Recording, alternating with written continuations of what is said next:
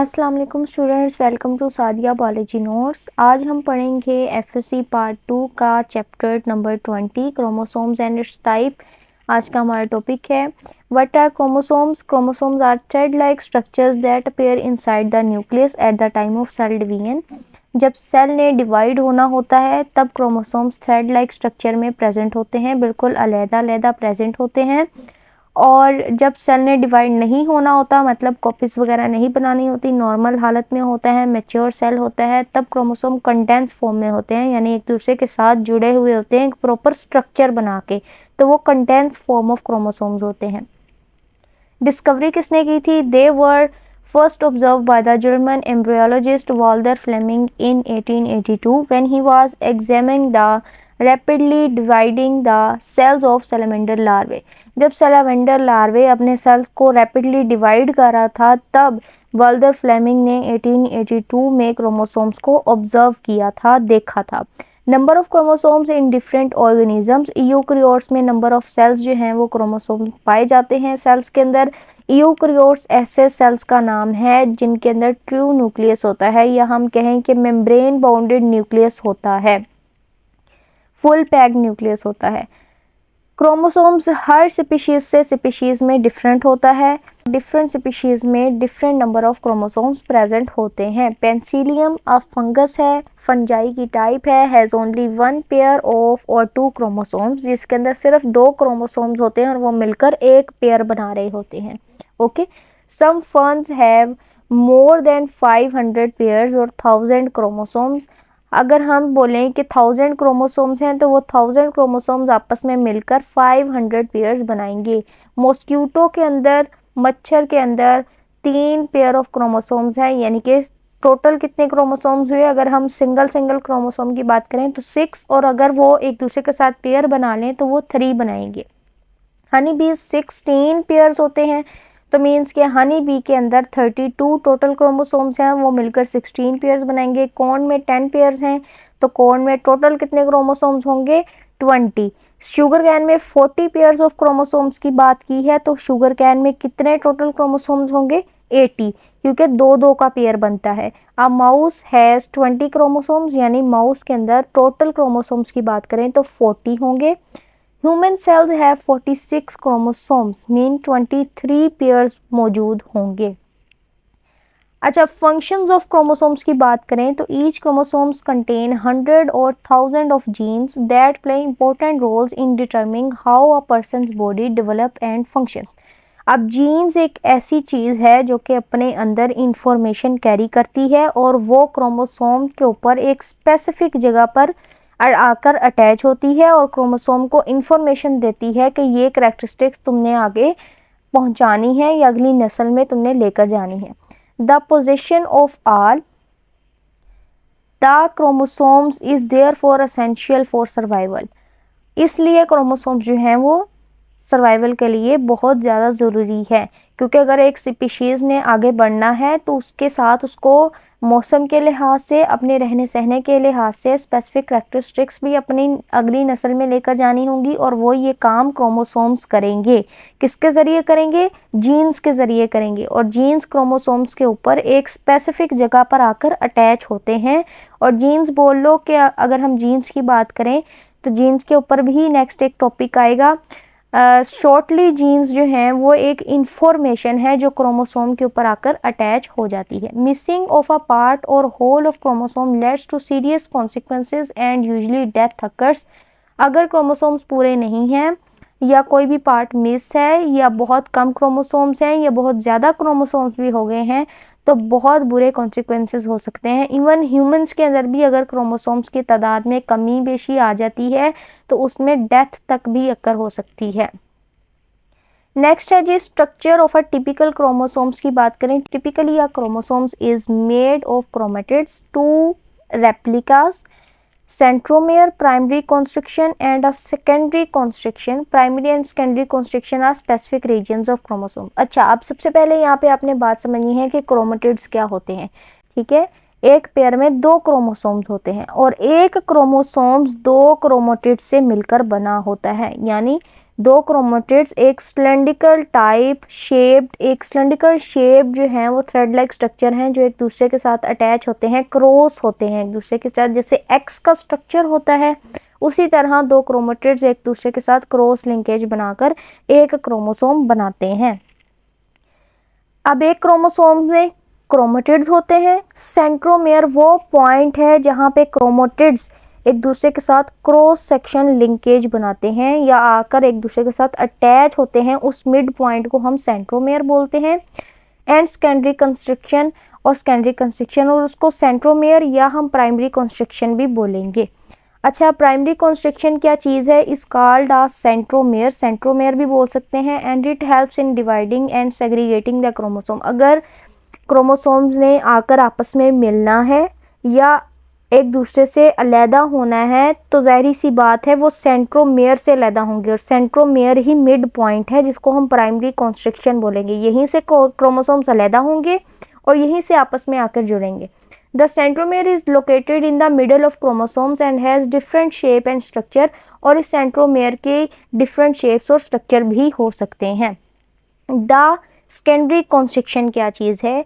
Is another reason, ये एक और जगह है क्रोमोसोम्स के ऊपर, known as the satellite region. और इसका दूसरा नाम क्या है? Satellite reason. प्राइमरी कंस्ट्रक्शन को हम सेंट्रोमेयर भी बोलते हैं और सेकेंडरी कंस्ट्रक्शन का सेकंड नाम क्या है? Satellite region. वो क्यों बोलते हैं? This construction is located near the centromere and forms a satellite like structure. Satellite मतलब एक नेटवर्क टाइप स्ट्रक्चर बना रहा होता है। अगर आप यहाँ पे डायग्राम के अंदर देखें तो सैटेलाइट मेंशन किया हुआ है और ये सेंट्रोमेयर से थोड़ा दूर है, तो इसको हम सेकेंडरी कंस्ट्रक्शन कहेंगे। और यही वो एग्जैक्ट जगह है जहाँ पे आके जीन ने अटैच होना होता है। इस जगह को हम सेकेंडरी कंस्ट्रक्शन बोलेंगे। ठीक है। The secondary construction contain specific DNA sequence known as repetitive sequences. इसी सैटेलाइट पोजीशन के अंदर जो डीएनए है वो प्रेजेंट होता है। ठीक है, जिसको हम सेकेंडरी कंस्ट्रक्शन भी बोलते हैं। इसके अंदर स्पेसिफिक डीएनए सीक्वेंस मौजूद होती है जिसने आगे कैरेक्टर्स को या इंफॉर्मेशन को आगे पास करवाना होता है। Let's talk about karyotype. Chromosomes may widely differ in appearance. They vary in size, staining properties, the location of centromere, the relative length of the two arms on both sides of centromere, and the position of constricted regions along arm. अच्छा, chromosomes different types के होते हैं, size में भी। उसमें centromere भी अपने centre से या तो थोड़ा ऊपर चला जाएगा या बिल्कुल ही जो है वो फर्स्ट पॉइंट पे आ जाएगा जहाँ पे सेकेंडरी कंस्ट्रक्शन है, उस पॉइंट पे भी सेंट्रोमेयर आके प्रेजेंट हो सकता है। ठीक है, सेंट्रोमेयर वहाँ भी बन सकता है। इसी तरह क्रोमोसोम्स स्टेनिंग प्रॉपर्टीज रखते हैं कि अगर किसी चीज़ में क्रोमोसोम्स प्रेजेंट है तो हम किस तरह देखेंगे कि कितने क्रोमोसोम्स प्रेजेंट हैं, तो हम उस चीज़ को स्टेनिंग प्रॉपर्टी बोलते हैं कि हम स्टेन करेंगे क्लियरली क्रोमोसोम्स के स्ट्रक्चर को देखने के लिए हम उसको स्टेन करेंगे। क्रोमोसोम्स की आर्म्स की बात करें तो हम उनको टेलोमेयर भी बोलते हैं। आर्म्स को वो नेक्स्ट डायग्राम के अंदर हम डिटेल के साथ पढ़ेंगे कि टेलोमेयर कहाँ प्रेजेंट होते हैं। जो सेंट्रोमेयर से ऊपर वाला हिस्सा है क्रोमेटिड्स का, जो अलहदा है एक दूसरे से, उसको भी हम आर्म बोलेंगे और उन चीज़ों को भी आर्म बोलेंगे जो कि सेंट्रोमेयर का नीचे वाला पार्ट है। नेक्स्ट इसकी डेफिनेशन की तरफ चलते हैं। द पर्टिकुलर अरे या अरेंजमेंट इसको बोल लो of chromosomes that an individual possesses is called its karyotype. Karyotype एक प्रॉपर्टी का नाम है जिसके अंदर हम ये डिस्कस करते हैं कि इस स्पीशीज़ में या इस इंडिविजुअल के अंदर क्रोमोसोम इस तरीके से जो हैं अरेंजमेंट रखते हैं कि क्रोमोसोम्स का टाइप कौन सा है। सेंट्रोमियर, इसके अंदर अगर क्रोमोसोम्स प्रेजेंट है स्पीशीज़ के अंदर तो इन क्रोमोसोम्स का सेंट्रोमियर कहाँ पे है, किस शेप में क्रोमोसोम्स प्रेजेंट हैं, किस तरह की अरेंजमेंट रखते हैं, तो इस चीज़ को हम कैरियोटाइप बोलेंगे उस स्पीशीज़ की। Karyotypes show marked differences among species and sometimes even among individuals of the same species के उन्हीं इंडिविजुअल में क्रोमोसोम डिफरेंट तरीके से अरेंज होते हैं। नंबर ऑफ क्रोमोसोम सेम होता है लेकिन क्रोमोसोम्स की अरेंजमेंट थोड़ी डिफरेंट हो जाती है कि उनकी जो टाइप्स हैं वो डिफरेंट हो जाती हैं। इस तरह भी हो सकता है। तो इस चीज़ को, इस प्रॉपर्टी को हम कैरियोटाइप बोलते हैं। टाइप्स ऑफ क्रोमोसोम्स आगे पढ़ें कि डिफरेंट टाइप्स ऑफ क्रोमोसोम्स कौन कौन सी जो हैं वो हो सकती हैं।